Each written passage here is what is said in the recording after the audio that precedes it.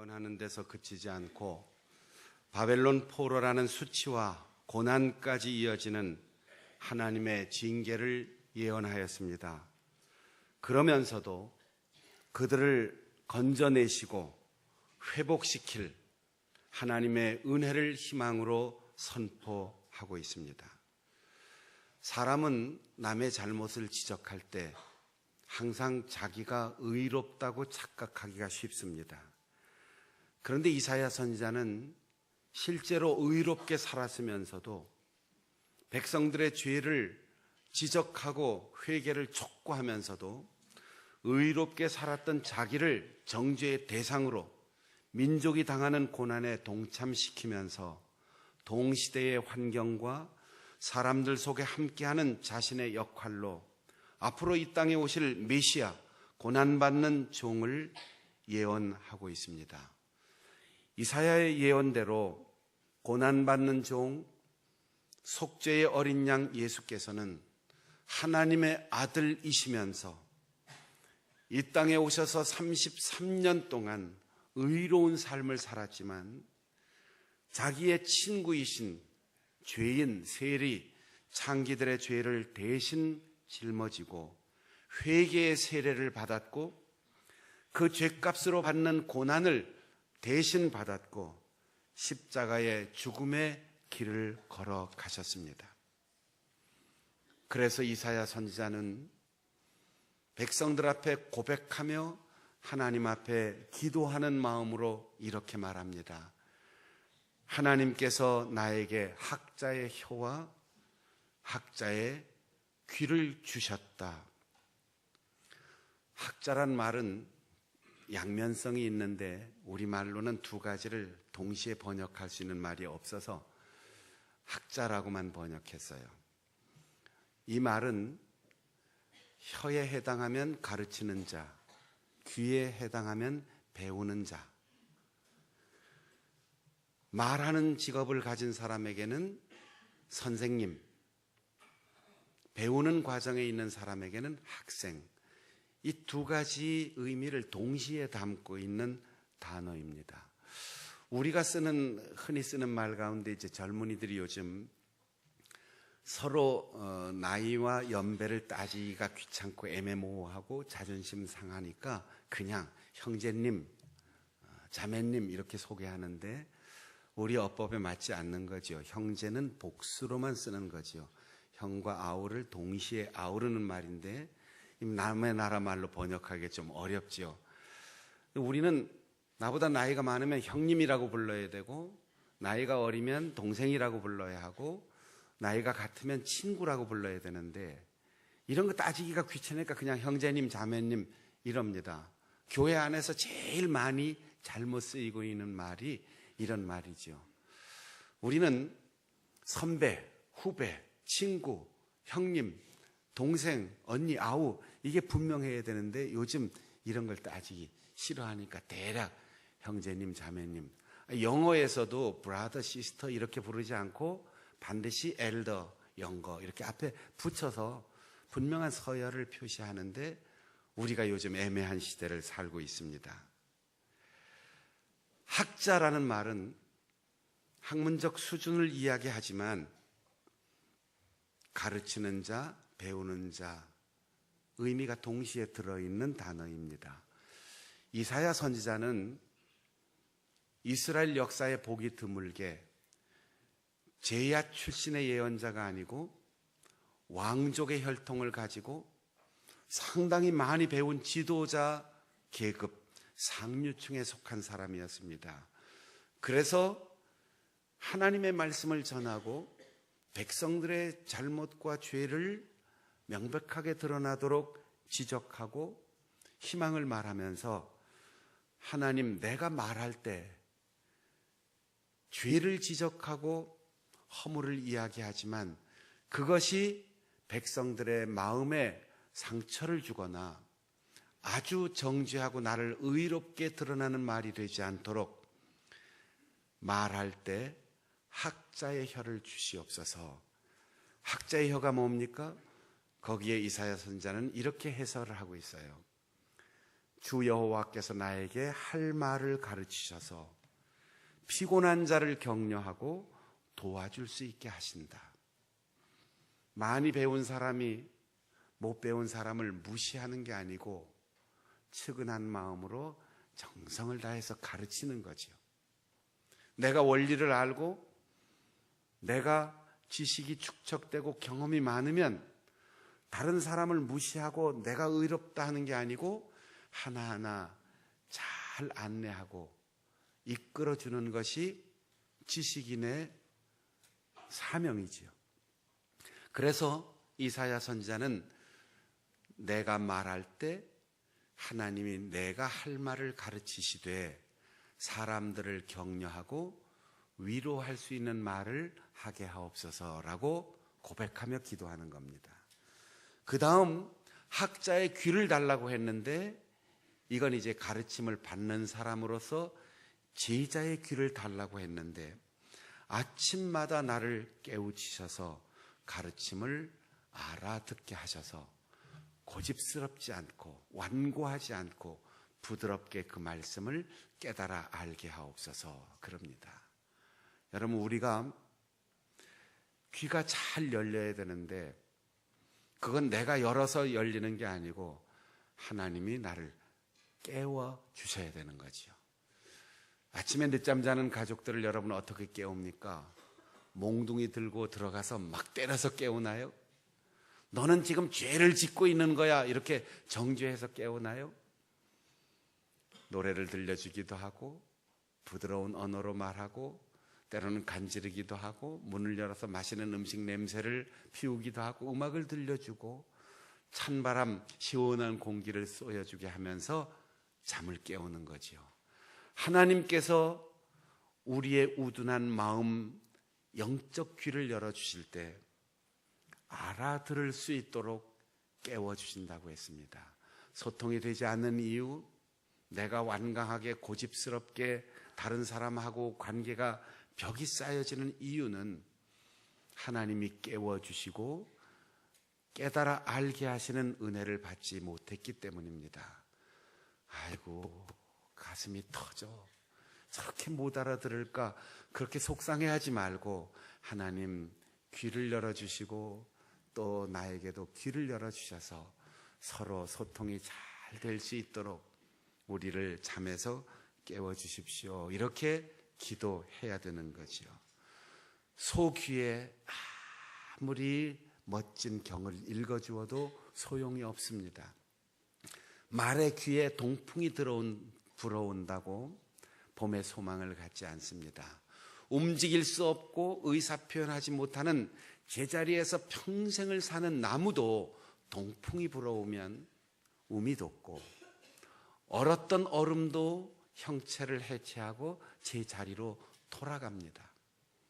여러분이 예수 믿기 전에 즐겨 보셨던 토정비결에 보면 동풍해동의 고목봉춘이요 이런 괴가 나오면 아이고 동쪽에서 바람이 불어오니까 마른 나무에서 꽃이 핍니다. 좋을 개입니다. 이러는데 나무도 동풍이 불어오면 움을 틔울 줄 알아요. 그런데 말의 귀에는 동풍이 불어와도 겨울인지 여름인지 분간을 못하는 거죠. 우이독경 마이동풍, 그런 완고한 마음이 아니고 하나님께서 부드럽게 만져주심으로 열리는 귀가 나에게 있다. 그렇게 알아듣는 은혜를 주옵소서라고 이사야 선지자는 고백하며 기도합니다.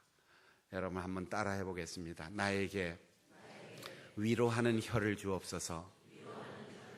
나에게 알아듣는 귀를 주옵소서.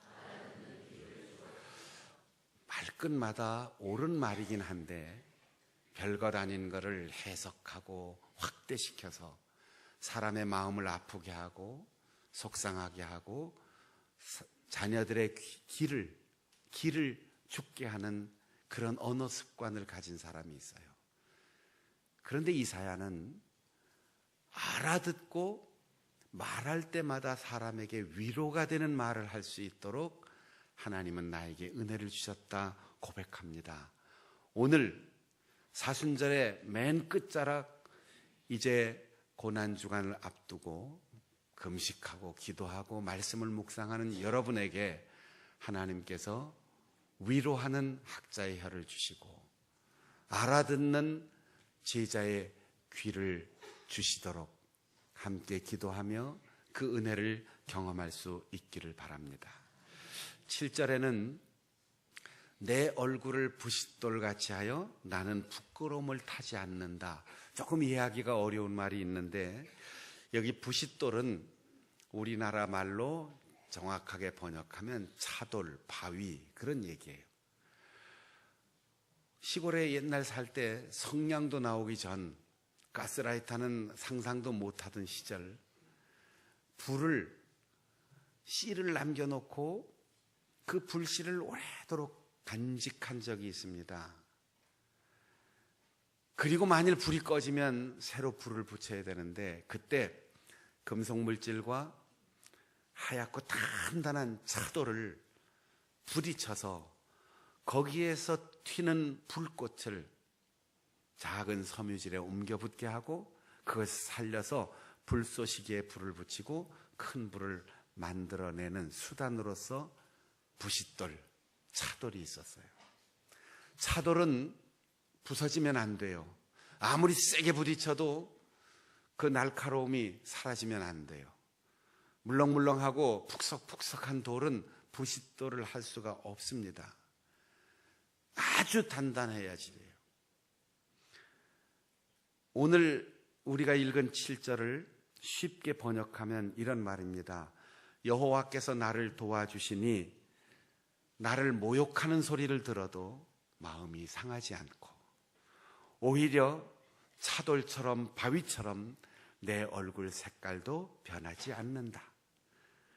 내가 수치를 당하지 않을 줄을 알고 있기 때문이다. 여러분, 왜 조금만 이상한 소리 들어도 얼굴이 확 붉어집니까? 왜 얼굴이 갑자기 경련을 일으키고 일그러집니까? 속에 열등감이 있어서 그래요. 속이 비어서 그래요. 누가 뭐라고 해도 하나님이 나를 도와주시는데, 하나님이 나를 보호하시는데 뭐라고 해도 난 걱정 없다, 이 얘기예요. 아마 백성들이 이사야 선지자가 하나님의 말씀만 전하지 자기에 대해서 전혀 이야기하지 않고 변명하지 않고 억울한 누명을 쓰고 감옥에 갇히고 임금에게 정죄를 받고 이런 과정을 거치면서도 전혀 자기를 변호하지 않으니까 아유, 우리는 의로운 줄 알았는데 뭔 죄가 있는가 봐, 숨겨놓은 게 있는가 보지, 이렇게 얘기를 한 거죠. 그때 이사야 선지자는 자신이 하나님의 말씀을 전하고 사람들을 위로하는 말 외에 하지 않은 이유를, 그리고 누가 뭐라고 억울한 소리를 해도 얼굴 색깔이 변하지 않는 이유를 이렇게 말하는 거예요. 내가 바위 얼굴처럼 차돌처럼 전혀 변하지 않은 이유는 하나님이 나를 도와주시기 때문입니다. 여러분, 왜 말이 많아집니까? 자신감이 없어서 그래요. 남이 말하면 뚝 끊고 자기가 다 해석하고 다 설명하고 다 알려줘야 할 무한 책임감을 가지고 남의 말을 잘 듣지 않고 자기 말만 하는 사람이 있어요. 누가 뭐라고 하지 않았는데 표정이 막 일그러지고 괜히 화를 벌컥 내고 자기 입장을 막 말하는 사람이 있어요. 내가 솔직히 말하는데 이거 거짓말 아닌데 누가 뭐라고 해요? 그런데 변명을 하는 사람이 있어요. 하나님을 의지하는 사람은 변명하지 않습니다. 억울해도 화내지 않습니다. 상처받지 않습니다. 예수님께서 제자들을 보내시면서 이렇게 말씀하셨어요. 너희가 내 이름으로 귀신을 쫓으며 새로운 언어를 말하며 뱀을 집어도 무슨 독을 마실지라도 해를 받지 않는다. 독한 말 들어도 상처받지 않고 누가 물어도 상처나지 않는 이 당당함과 담대함이 어디에서 옵니까? 하나님이 나와 함께 하신다는 확신입니다. 좋은 일 하실 때 누가 옆에서 물어도 그냥 좋은 일 하세요. 선한 말을 시작할 때 누가 시비를 걸어도 그냥 선한 말 하세요. 하나님이 변호해 주시고 하나님께서 도와주실 것입니다. 이사야 선지자는 참 외로운 사람이었습니다. 왕족인데도 왕궁에 들어가지 못하고, 지식인인데도 사람들이 자기의 말을 외면했습니다. 그런데도 그는 이렇게 말합니다. 누가 나와 다투겠느냐? 누가 나를 정죄하겠느냐? 나를 의롭다 하신 이가 내 가장 가까이 계신다. 주 여호와께서 나를 도우신다. 마태복음 27장에 보면 예수님이 유대인들의 고소와 고발로 빌라도 총독의 법정에 서서 재판을 받습니다. 빌라도가 묻습니다. 황제의 특명으로 와 있는 빌라도에게 모든 권력이 다 집중되어 있어요. 변명을 해야 살 수 있습니다. 네가 유대인의 왕이냐? 대답을 안 합니다. 빌라도가 묻습니다. 수많은 증거 자료를 가지고 여기 내가 너를 기소하는 사람들의 얘기를 들었는데 대답하지 않으면 재판할 수밖에 없다. 유대인의 왕이냐? 한마디도 대답을 안 하니까 빌라도가 놀랐다고 했어요. 그런데 빌라도의 아내가 법정에 와서 여보 옆으로 불러내더니 나 밤새도록 꿈자리가 뒤숭숭하고 괴로웠는데 죽을 뻔했어요. 저분이 의로운 분이기 때문에 절대로 당신은 저분에게 불리한 판결을 하면 안 됩니다 라고 빌라도의 아내가 아무 이해관계 없는데 와서 자기 남편에게 그분의 의로움을 설명합니다. 빌라도는 마침내 대야의 물을 떠다 놓고 나는 죄가 없다 손을 씻고 이 죄의 피가 당신들에게 돌아갈 거다라고 했지만 우리는 2000년 동안 예수님을 구주로 고백하면서 유대인에게, 대제사장에게, 서기관에게, 헤롯에게 고난을 받으사 이렇게 고백하지 않고 본디오 빌라도에게 고난을 받으신 예수님이라고 고백합니다. 의로운 일을 의롭다 인정하지 않고 여론과 그리고 사람들의 집단의 힘에 밀려서 불의한 재판을 한 빌라도는 이 땅에 영원히 불의한 이름으로 남았습니다. 그러나 예수님은 죽음의 길을 가면서도 한마디도 대답하지 않았습니다. 이 침묵이 예수님의 힘이었습니다. 사람의 성격을 흔히 두 가지로 이렇게 양분해서 외향적인 사람, 내향적인 사람 이렇게 표현하는데 많이 표현한다고 외향적인 사람이 아니고 밖에서 에너지를 얻는 사람을 외향적이라고 해요. 이런 사람은 밖을 보고 남의 얘기 듣고 남과 만나서 에너지를 얻어요. 내향적인 사람은 조용한 사람, 물론 결과적으로는 그렇지만 자기 안에서 침묵하고 조용한 데서 에너지를 얻는 사람을 내향적이라고 해요. 그러나 완전 내향, 완전 외향은 없습니다. 사람에게 정도의 차이는 있지만 다 외향성과 내향성이 있습니다. 신앙생활도 외향적인 전도, 봉사, 사역이 있고 내향적인 기도와 말씀 묵상과 경건의 시간들이 있어요. 대림절 기간부터 부활절까지 한 3, 4개월 동안 우리는 깊이 자신을 성찰하고 교회의 내부를 들여다보고 나 자신과 가정과 교회를 건강하게 세우는 내향적 계절을 보냅니다. 그 중에 고난주간이 가장 깊이 들여다봐야 돼요. 그리고 부활의 은총과 영광을 누리고 성령으로 충만하여 교회는 외향적으로 사역을 감당해야 하는데 오늘날 교회가, 오늘날 신자들이 지나치게 외향적 활동에 몰입하다가 자기를 돌아보고 교회의 내면을 건강하게 하는데 실패하였습니다.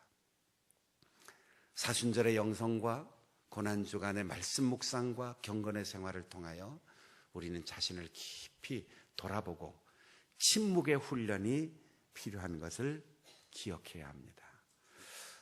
요즘 스마트폰을 쓰니까 아주 편리하긴 한데 짜증나고 불편한 게 있어요. 내가 이름을 지워도 어떻게 내 이름을 찾아서 나한테 카톡을 연결하고 페이스북에 친구 안 삼았는데도 계속 친구해달라고 요청하고 그러면서 뻔히 다 아는 얘기를 계속 올리는 거예요.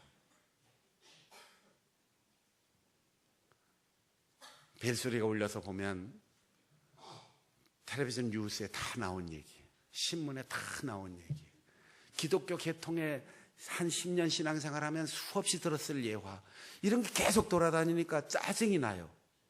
그래서 제가 온라인 때문에 너무 피곤해서 오프라인에다 글을 하나 쓰려고 하는데 제목 야 나도.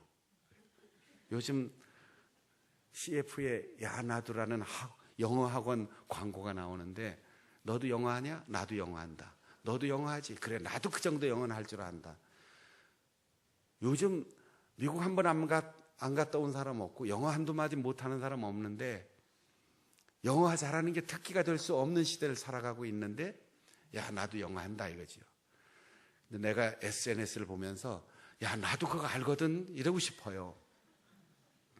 대통령이 어떻게 됐는지, 대법관이 어떻게 되고 헌법재판소가 어떻게 됐는지, 태극기 집회는 어떻게 하는지, 촛불 집회는 어떻게 하는지, 대선은 언제 있는지 그 얘기 안 해도 나도 알거든.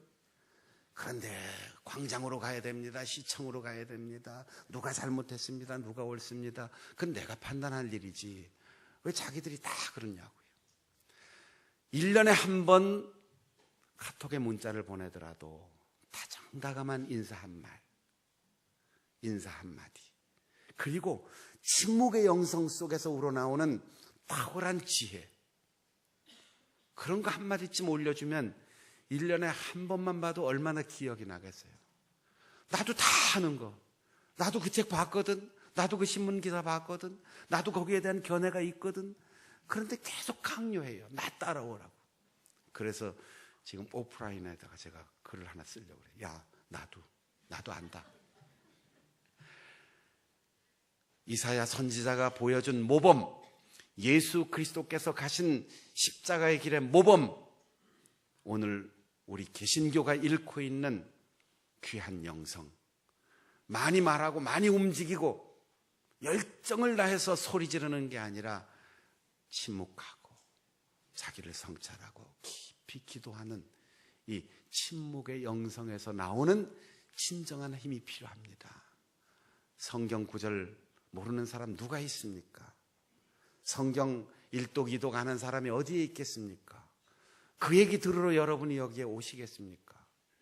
2주 동안 새벽마다 설교하는 사람이 힘들고 어렵고 고통스럽지만 그 본문을 읽고 또 읽고 기도하는 가운데 30년 넘게 목회한 나도 오해했구나, 비상적으로 읽었구나, 문자와 문자 사이에, 줄과 줄 사이에서 주께서 말씀하시는 음성을 듣고 그 음성을 우리 성도들에게 전하기 위하여 목숨을 건 사람들이 목회자가 아니고 설교자가 아니겠습니까?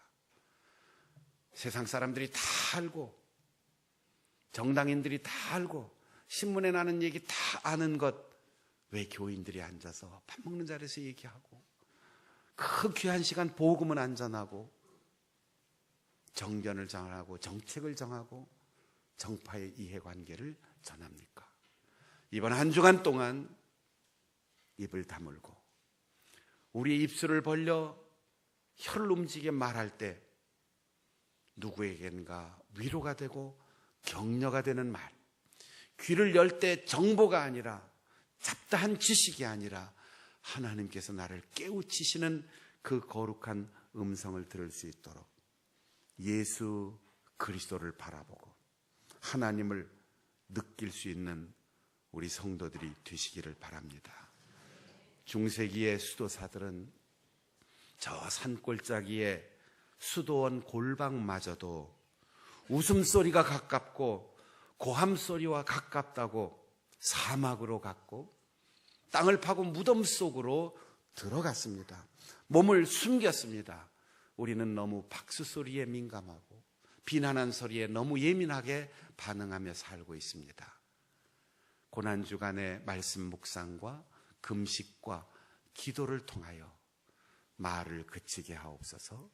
침묵의 영성을 소유하고 이제 밖으로 나가기 전에 하나님의 영으로 충만하게 하옵소서. 그렇게 기도하는 가운데 부활의 영광에 참여할 수 있는 우리 모든 성도들이 되시기를 바랍니다. 기도하겠습니다. 함께 통성으로 기도할 때 침묵의 영성 그 힘을 소유하게 하시고 어떠한 경우에도 격려하고 위로하는 말을 할 수 있는, 그리고 깨닫는 귀를 열어 주옵소서. 통성으로 기도하겠습니다. 하나님